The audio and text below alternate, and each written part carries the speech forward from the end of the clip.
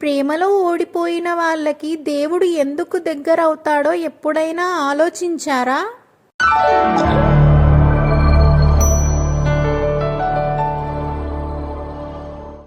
Hello friends, అందరు ఎలా ఉన్నారు? Welcome back to our channel invisible divinity. నేను మీ కస్తూరి. ఈసారి ఇంకొక మంచి ఇంట్రెస్టింగ్ స్టోరీతో మీ ముందుకు వచ్చాను. ఇంకా లేట్ లేకుండా మన స్టోరీలోకి వెళ్ళిపోదాం.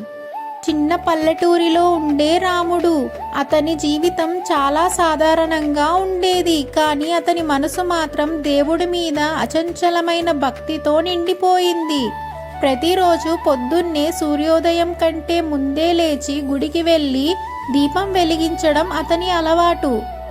ఒకరోజు ఆ గుడికి కొత్తగా ఒక అమ్మాయి వచ్చింది. ఆ అమ్మాయి పేరు సీత. ఆమె కళ్ళల్లో ఉన్న నిశ్శబ్దమైన బాధ రాముడి మనసు తాకింది. రోజులు గడుస్తున్న కొద్దీ వాళ్ళు మాట్లాడుకోవడం మొదలయ్యింది. మాటలు కాస్త ప్రేమగా మారాయి. ప్రేమ కాస్త భక్తిగా మారింది. వాళ్ళిద్దరూ కలిసి గుడికి వెళ్ళేవారు. దేవుడి ముందు నిలబడి ఒకే కోరిక కోరేవారు, మనల్ని ఎప్పుడు విడదీయకూడదు అని. నీ జీవితం ఎప్పుడు మన కోరికల ప్రకారం ఉండదు కదా. కొన్ని రోజుల తర్వాత సీత ఇంట్లో వాళ్ళు సీతకి పెళ్లి నిశ్చయించారు. ఆమె రాముడిని చూసి అడిగింది, మన ప్రేమ నిజమైతే దేవుడు మనల్ని కాపాడతాడా అని.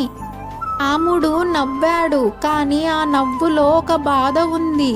దేవుడు మనల్ని కలిపితే అదృష్టం, విడదీస్తే అది కూడా ఒక ఆశీర్వాదమే అని సీతతో చెప్తాడు. పెళ్లి రోజు రానే వచ్చి సీత కన్నీళ్లతో రాముడిని చివరిసారి చూసింది. రాముడు మాత్రం గుడిలోకి వెళ్ళి దేవుడి ముందు కూర్చున్నాడు.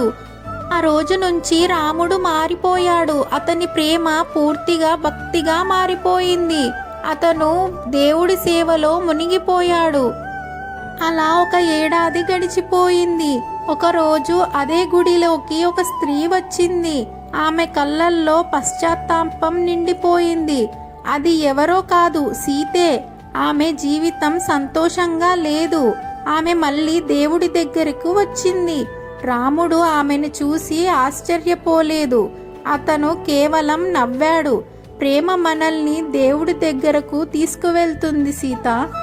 దేవుడు మనల్ని మళ్ళీ మన దగ్గరకు తీసుకొని రావచ్చు, లేదా శాంతిని ఇస్తాడు. సీత కళ్ళల్లో కన్నీళ్లు. కానీ ఈసారి అది బాధతో వచ్చిన కన్నీళ్లు కాదు, ప్రశాంతతతో వచ్చిన కన్నీళ్లు. వాళ్ళు కలిసే ఉన్నారు, కానీ ప్రేమికులుగా కాదు, భక్తులుగా దేవుడి సేవలో ఉన్నారు. ప్రేమ నిజంగా ముగిసిపోదు. అది రూపం మార్చుకొని దేవుడి దగ్గరికే చేరుతుంది. మీరు అనుభవించిన ప్రేమ భక్తిగా మారితే